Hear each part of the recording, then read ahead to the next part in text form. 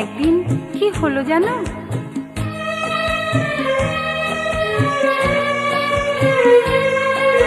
সুখের পাখি পাখনা মেলে উধাও হয়ে গেল, রাজকুমারীর আলোর আকাশ আধার হয়ে এলো।